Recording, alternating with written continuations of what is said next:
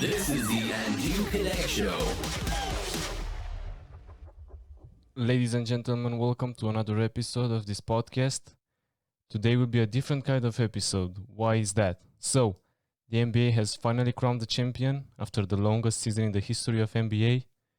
Remember, the season started in October 2019 and ended 2 days ago. So there is that. And the Los Angeles Lakers won their 17th franchise championship. And today is going to be about that. It's going to be about, we will make the argument about why the Los Angeles Lakers could be the most important franchise in NBA history. We will go back in history. It will be more of a history lesson. And yeah, so first of all, let me tell you something. Let me tell you how my passion for this sport started. So I had a neighbor that had 2K11 or 12. I don't remember. It was either 11 or 12. I'm sure of that. And he invited me to play at his house. And I had no idea what the NBA was. And since I was a little kid, I only knew maybe 3-4 cities from America. That's New York, Los Angeles, and Washington, probably. And I selected the New York Knicks, obviously, because I heard about them, which is really weird if you think about it. One of the most unsuccessful franchises, whatever. And Carmelo Anthony obviously was there because at the time in NBA 2K, the favorite player was highlighted there. Not the favorite player, the best player on the team was highlighted there. So there was Carmelo Anthony.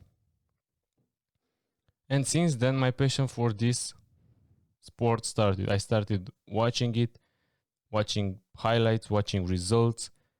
And, well, it was the era of LeBron James. I literally started watching NBA when LeBron James won the first championship in Miami.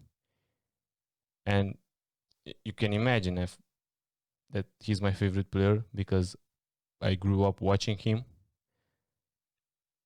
And yeah, we will talk about him. In this episode, we will talk about what this championship means for him.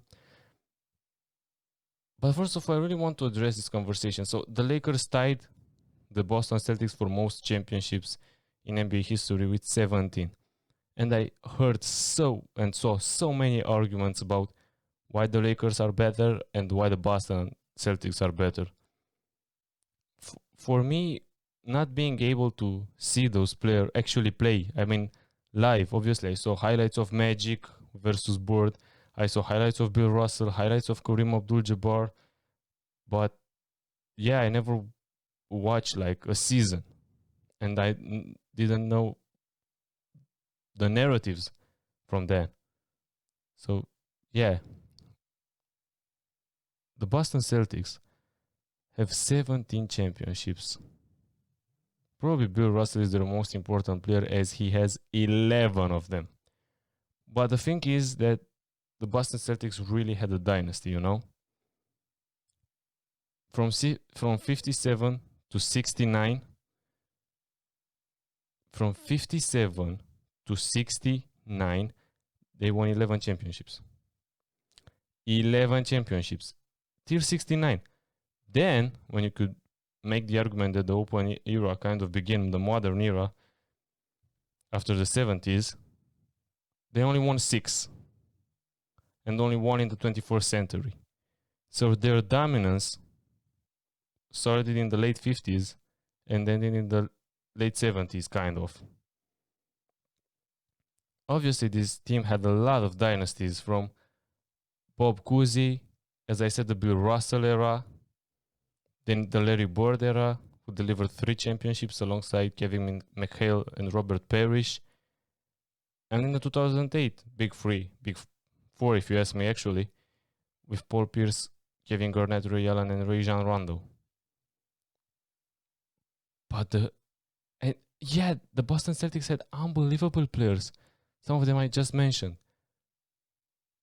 A lot of big threes. And they have a lot of potential now with Tatum and Brown and Kemba Walker. But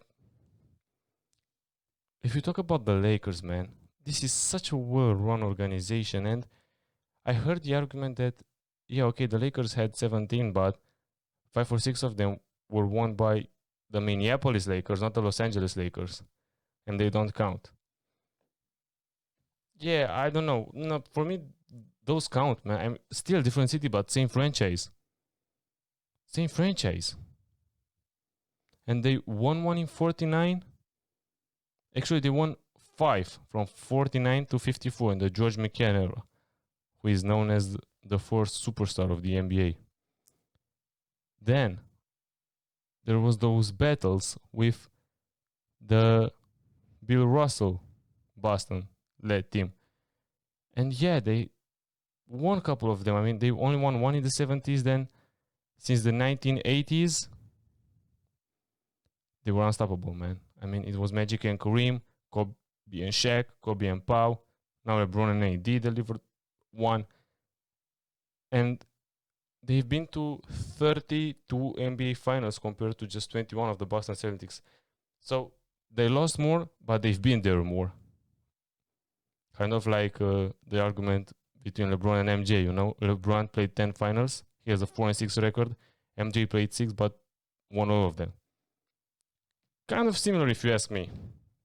But man, the players that the Los Angeles Lakers had started with George Mikan, then Elgin Baylor, Jerry West, Wilt, Magic, Kobe, Shaq, oh my god, and the coaches, Pat Riley, Phil Jackson.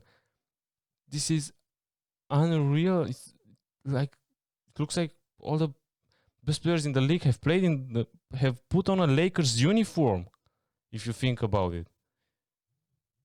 And this is, wow. The organization, the former owner, Dr. Jerry Buss, arguably the best owner in the history of American sports.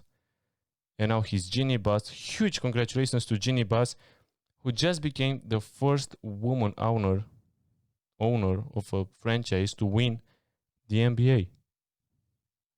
Congratulations to her. Congratulations on winning the franchise over her brother when their late great father died in 2013. That was right after the Kobe Bryant Achilles, when Jeannie Buss offered him a 2-year, $50 million contract. A lot of people said, what are you doing? This is a career-ending injury. He will not be the same. He's getting older. You basically have no money, no cap, no flexibility. But Jeannie Buss showed that this is how the Lakers treat their players, man. It was not any player. It was the franchise player. Arguably the best Laker ever. So yeah, Lakers had a lot of dynasties, many dynasties if you want. Boston had them. And recent history, as I said, the modern era, favors the Lakers if you think about it. I mean, from the 1980s, they won 11. From the 1980, Boston won 4. So this really shows how dominant the Boston Celtics were. And how unbelievable is that the Lakers got to tie this performance, the 17 championships. They tied the record 2 days ago. I mean, yeah, so... And another conversation I saw recently, people were making the Los Angeles Lakers Mount Rushmore. And yeah, I really find it very interesting. How? It's not possible. You need 3 mountains. Do you imagine the people you left out of this? I mean, I'm going to do it mine right now. Kobe Bryant and Magic Johnson, because they went there their entire careers. Each of them has 5 rings. And yeah, as I said, the primary reason is that they played there their entire career. Then I have Kareem Abdul-Jabbar, yeah, who did not play there his entire career, although he played like 14, 15 years. He won 5. He has a total of 6 championships. He won 5 with the Lakers. He was only 1-time Finals MVP. But man, I mean, and then who do you have? Who do you put? You put Jerry West. He has 1 ring and 1 Finals MVP. The only Finals MVP for a losing team. You put Will Chamberlain, who is the dominant player, but then again, he only got one with Jerry West. You could put James Worthy. You put Shaq, who was part of a three-peat. You put Pau. You put LeBron. I mean, I don't really want to include LeBron James and Anthony Davis in this conversation because you don't really know how many years they have left and you don't really know what's going to happen in the future. Let's say the Lakers three-peat. I say that LeBron James is there, considering his age. If the Lakers three-peat, yeah, LeBron James is in there. If not, no chance. AD, he's 27. If he plays there his entire career, and if he wins 3 or 4 more championships, he can be there someday. Yeah, I'm not excluding that. But this franchise had some unbelievable players. Unbelievable players. That this is a winning franchise. LeBron James said it, that the Lakers fans, the Laker Nation don't care what you did before. If you don't do it with them, they don't care. And he did exactly that. He said that he will deliver a championship, that he will put the Los Angeles Lakers where they should be in the finals. Last year, he got injured. They were the 3 seed when he went off with that groin injury. Ended up on the 10 seed, didn't make the playoffs. Next year, they win the championship. Easy as that. I mean, obviously, it's not easy, but he made it look easy. And remember, after the Kobe Bryant and Pau Gasol championships, the Lakers entered the dry spell. I mean, they didn't make the playoffs 6 or 7 years in a row. This was a record for them. To not make the playoffs 6 or 7 years in a row, I think there are teams with much worse records. There are teams who don't have a championship, who don't have an NBA Finals. What are we talking about?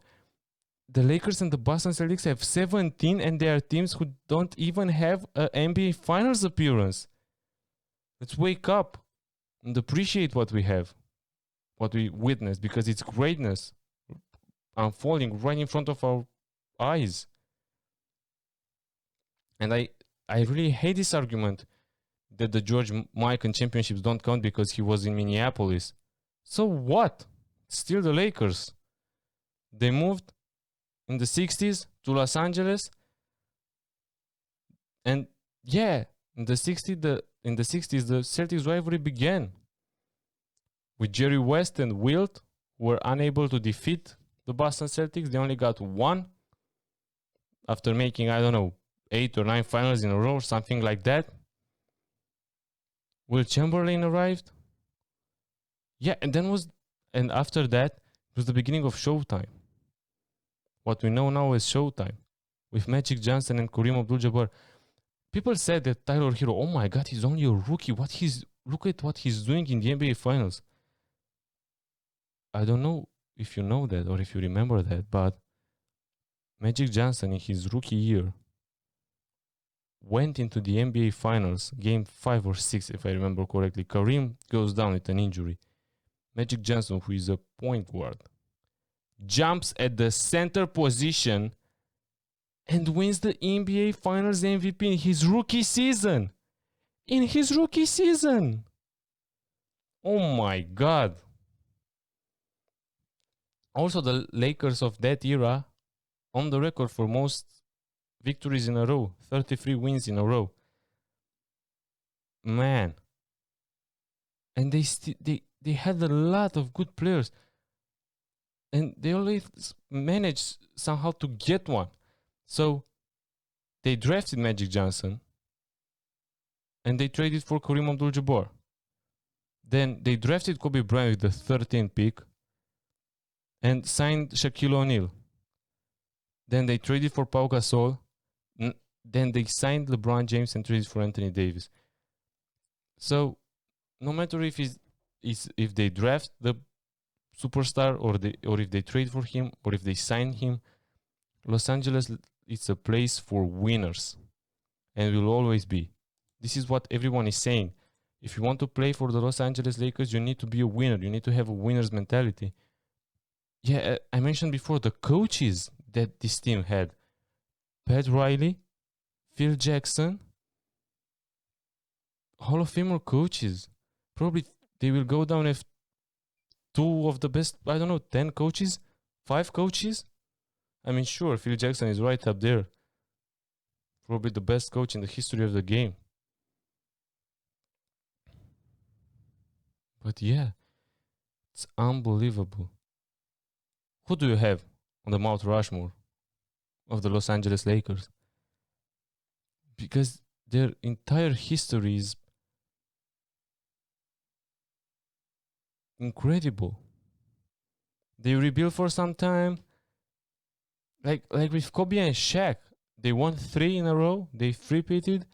Then in the 2004 against the Detroit Pistons, when they had the chance to win 4 in a row, bam, that didn't happen.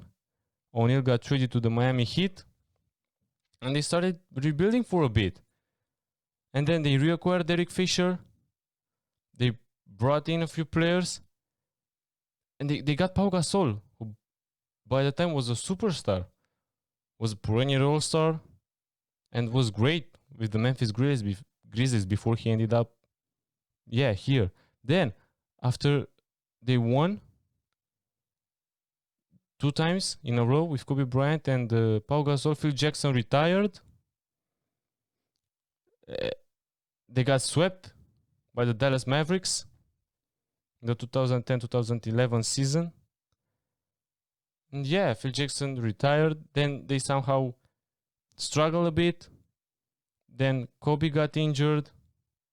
And enough with the history lesson about the past Los Angeles Lakers. Let's talk about recent history. Let's talk about last season. So, last 2 seasons actually. So we had LeBron James. Yes, he signed there. Magic Johnson was the general manager. A lot of people were very excited, and a lot of people, including me, were prepared for another move. I mean, the Los Angeles Lakers was a young team, and LeBron James needed another good player, another superstar. Well, that didn't happen in the first season. Magic Johnson resigned. He went on national television and called Rob Pelinka a backstabber. And I figured, oh my God, this franchise is in trouble.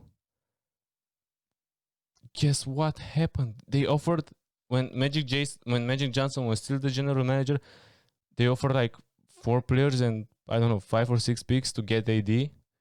And the Pelicans turned that down. And they probably accepted the offer because they got Zion Williamson, they got the first pick in the draft. And then there were a lot of concerns with the roster. I mean, at some point they only had LeBron, AD, Kuzma, and that rookie Taylor Horton Tucker. And they waited for Kawhi to make up his mind. And then Kawhi signed with the Clippers. And there were not that many good free agents left on the market. They re-signed, they brought back Ronda, they brought back McGee. Then they looked for another center. And it was speculations about Dwight Howard, Joakim Noah. Old guys, washed up. I mean, I thought that Dwight Howard's career is over after what happened. I mean, I think he played he was on 5 different rosters in the last 3 years. I remember Washington, Charlotte, Atlanta, Memphis. People don't remember that, but his career the past 4 years, it was a disaster. Then again, Rondo the move was criticized because he was old, he didn't play good in the regular season, and he saved himself for the playoffs where he destroyed. When the Lakers needed him, he performed admirably. In some games, he had an all-star level. Then again, Avery Bradley, he's a defender, but he's old. Danny Green again. Is Danny Green overpaid? Kentavious Caldwell-Pope, everyone criticized him because, man, he became a little 3-point shooter in the NBA playoffs this season. Hats off to him, amazing performance. Then a lot of jokes were made when they signed J.R. Smith. I mean, yeah, he didn't get much playing time, but he's a veteran, he's a champion, his presence in the locker room was probably good. Then, yeah, I don't know. There were a lot of problems with this Lakers organization at the beginning of the year. And 2 years ago, issues with Lonzo Ball and his dad who was talking too much. And all kind of issues. And look how things ended up.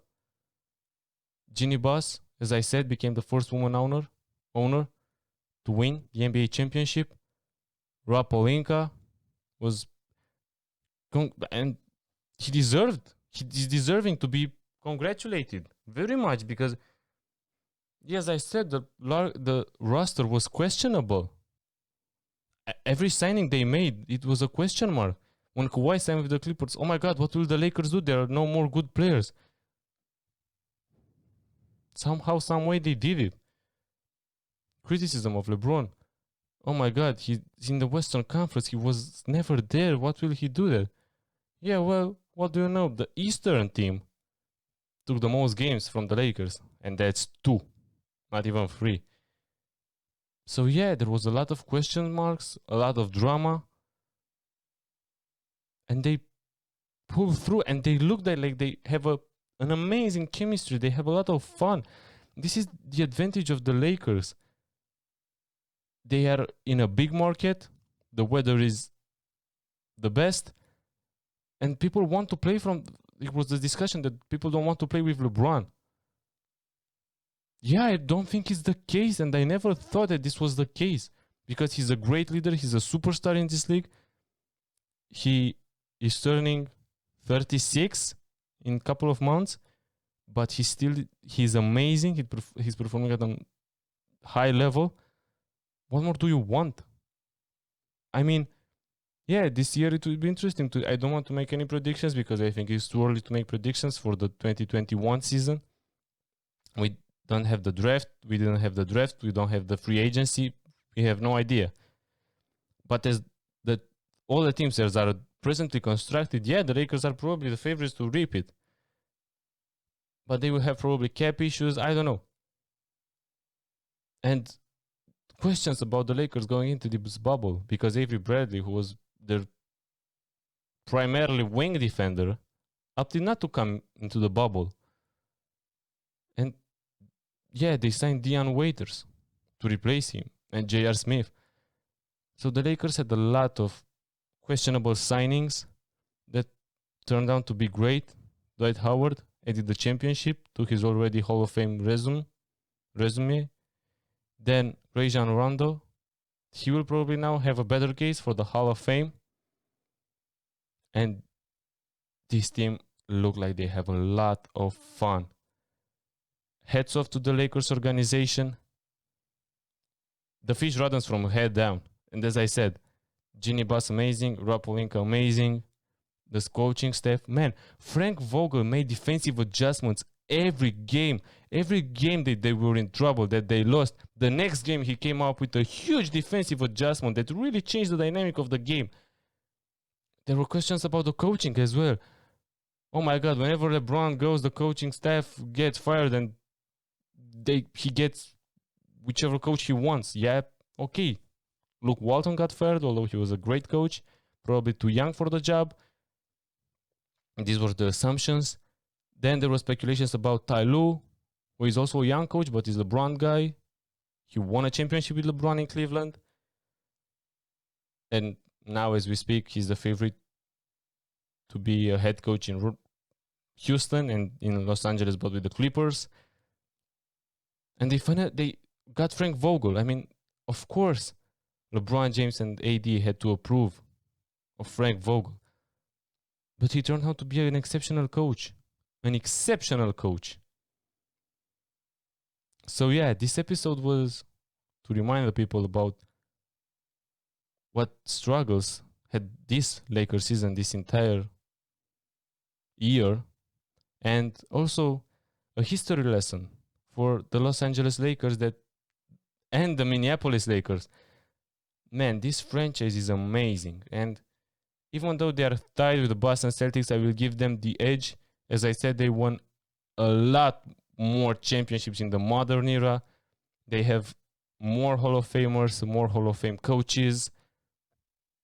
Yeah, and they will probably pass the Boston Celtics soon. Thank you guys for listening to this. Don't forget to follow me on Spotify, and if you're listening this on YouTube, like and subscribe. Share your thoughts, because I'm really curious to see who do you have on the Lakers Mount Rushmore. To say it again, I'm going with Magic Johnson, Kobe Bryant, Kareem Abdul-Jabbar, and probably Shaquille O'Neal. Thank you so much for listening. Stay safe, guys. Peace.